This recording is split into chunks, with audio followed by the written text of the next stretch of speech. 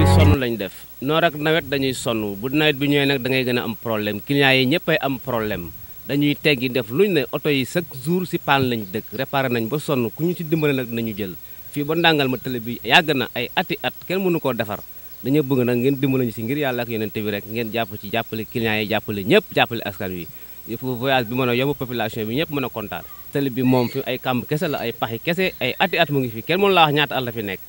diggante fii bu antu ndàngal ma caajaay bu antu ndàngal ma télé bi normal nawet bi gis nga ko si la gën a rappaajoo gi nga ko ni mu def rappaajoo la def amoo fenn foo jaar da ngay teggi dugub bi si àll bi yëpp oto yi jaar nañ fa ak gerte jàmbur yi kenn amul noo def day yàq suñu oto yi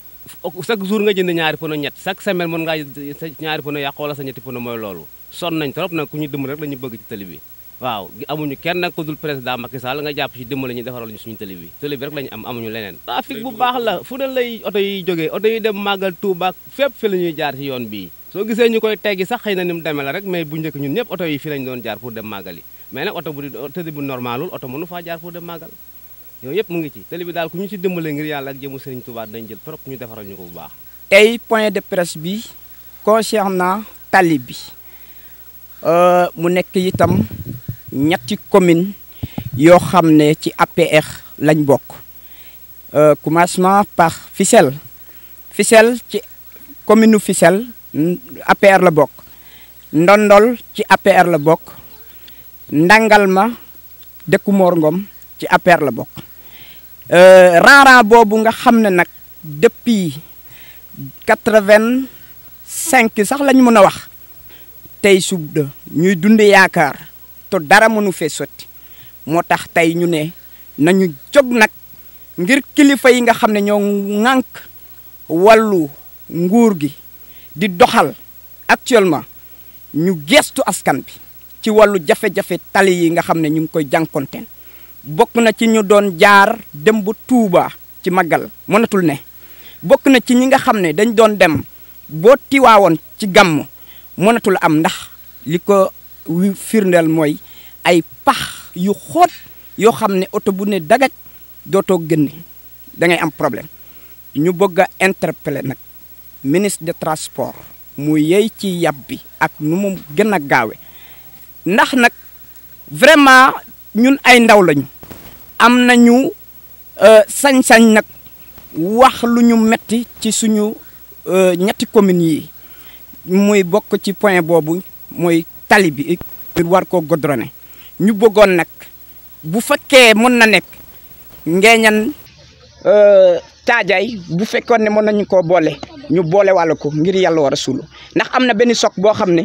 amoon nañu foofu boo jógee Fissel ñëw ba Mbuqum foofu mooy jéggi siraat boobu am na benn jigéen bu fa damoon ñaari saret yu amoon ne mënuñoo jaar ci yoon yu am ndox yi ndax finalement ñi am tool yi ci nawet bi dañuy gas seen tool yi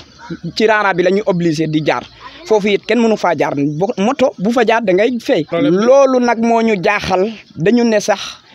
démb dañu ne woon est-ce que ñun waruñoo def benn wàcce kaamir pour tali bi pour ñu mën koo defar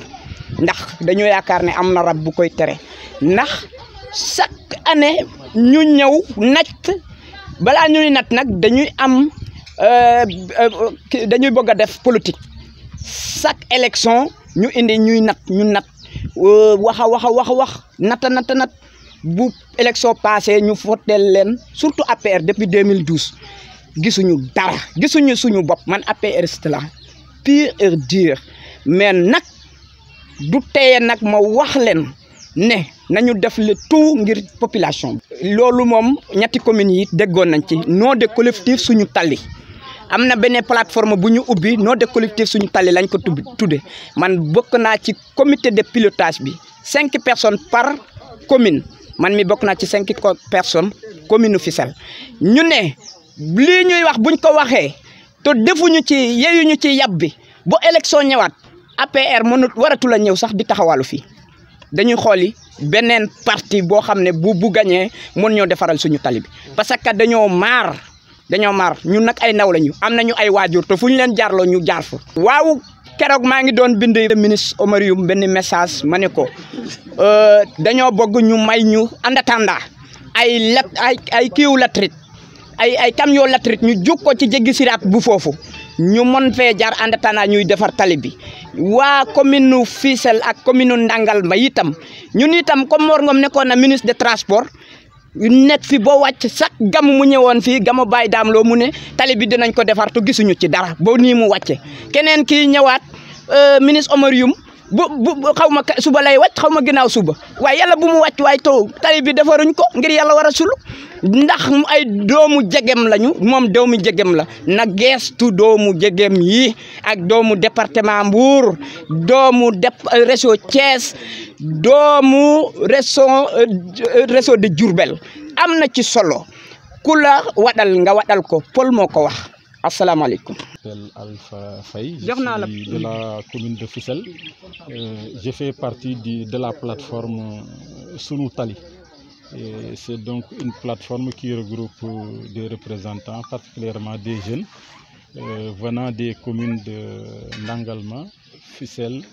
Ndondol et Fissel. Ça veut dire les 3 communes qui sont concernées par cet axe-là. Voilà, l'objectif de ce point de presse, c'est surtout de sensibiliser, mais aussi d'attirer l'attention des autorités sénégalaises, qu'elles soient locales ou nationales, sur vraiment l'urgence qu'il y a à bitumer cet axe routier-là, qui part de Fissel jusqu'à Ndangalma sur un linéaire de 22 km. C'est donc une très vieille doléance des populations des 3 communes qui date de la période des socialistes. Je crois qu'aujourd'hui, les jeunes se sont regroupés dans une plateforme, les jeunes des 3 communes, pour vraiment parler de vive voix, mais aussi selon une démarche citoyenne et responsable pour interpeller les autorités afin que cette route-là soit bitumée. Je disais tantôt que c'est une très vieille doléance. Et depuis toujours, il y a des promesses qui sont faites. Je ne veux pas citer de nom, mais en 2017, un grand responsable politique de la zone s'est exprimé lors du Gamou de Gawan. Et il avait dit, je peux vous donner les preuves ici, la presse en avait fait écho, il avait dit que j'ai le plaisir d'annoncer que la route sera bitumée avant fin 2019. Ça c'était le 11 février 2017, lors de ce Gamou-là. C'était le ministre Mor Ngom. Il avait dit que c'est un financement de la DID et qu'il avait les assurances de l'AGEROUTE que cette route-là serait bitumée. Donc depuis lors, on attend. On attend et on ne sait pas pourquoi. Alors que cette route-là, elle a une importance stratégique. C'est vrai que ce n'est pas une route nationale, c'est une route régionale. Mais si on considère les collectivités territoriales qui sont concernées, on peut dire que c'est Joal, c'est Mbour, c'est Nguyen, c'est Tchadjaï, c'est Fissel, c'est Ndondol, c'est Ndangalma. Et si on bitumait cette route, ce serait vraiment quelque chose d'extrêmement important d'un point de vue de la circulation des personnes, mais aussi des biens et des marchandises. Oui, parce qu'au niveau de ces 3 collectivités locales, ici nous avons une grande zone de production. C'est une zone de production agricole, c'est l'horticulture, mais aussi c'est l'élevage. Et il y a de grands marchés qui sont situés de part et d'autre de la route nationale. Il y a le grand marché de l'agglomération bourgeoise. Il y a aussi le très grand marché de l'agglomération Touba-Mbaké. Je crois que si on quitte Mbour, si on quitte Tchadjaï, la route la plus courte, la plus directe, c'est Fissel, Ndondol, Ndangalma. Et qui relie la route nationale numéro 1 à partir de Tchadjaï jusqu'à la route nationale numéro 3 vers Ndangalma. C'est vraiment une route d'importance stratégique. Et si on interpelle les autorités, je crois que c'est de notre devoir. Vous savez tous que quand on est élu, quand on est décideur public, de par son influence, on doit pouvoir orienter les investissements publics et les politiques publiques. C'est ce qui s'est fait à Fatick, c'est ce qui s'est fait dans le Fouta, c'est ce qui s'est fait aussi ailleurs. Il n'y a pas de raison que cette route-là ne soit pas prise en compte. C'est pourquoi nous en appelons à l'élite politico-administrative locale de ces collectivités locales territoriales concernées par la route. Nous ne leur demandons pas de faire une faveur pour Fissel, mais nous leur demandons justement d'user de leur influence auprès des autorités nationales pour que vraiment cette route-là puisse être prise en compte. Ça a été fait à Fatick, ça a été fait dans le Fouta, ça a été fait un peu partout. Aujourd'hui, ce sont les jeunes qui se sont regroupés. Moi, je ne suis que le porte-parole du jour de cette plateforme-là qu'on appelle Sunu Tali. Je crois que ça, c'est un premier jet, c'est donc un premier acte que nous posons et nous tous, nous n'excluons pas d'en poser d'autres dans les limites des textes réglementaires et de ce que permet la loi ici au Sénégal. D'autres comme des points de presse, des conférences de presse, ça peut être des sittings, ça peut même être autre chose. Oui, ça peut être des marches et ça peut être même des sanctions politiques négatives. Des sanctions politiques négatives, ça veut dire ce que cela veut dire. Quand des gens sont élus et qu'ils ne règlent pas les problèmes des populations, mais les populations ont le droit, n'est-ce pas, de les sanctionner. Et ça, vraiment, nous ne souhaitons pas en arriver là. C'est pourquoi nous demandons vraiment très poliment à notre élite politico-administrative, que ce soit de l'opposition ou du pouvoir confondu, vraiment de faire tout ce qui est en leur possible pour que cette route-là puisse être bitumée. Je ne veux pas personnaliser. Oui, je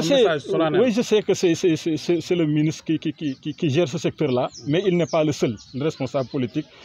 au niveau de ces trois collectivités locales. Moi, l'appel que je lance au nom donc de cette plateforme Sunu Tali, c'est un appel en direction de toute l'élite politico-administrative des communes de Thiadiaye, de Ndondol, de Fissel et de Ndangalma,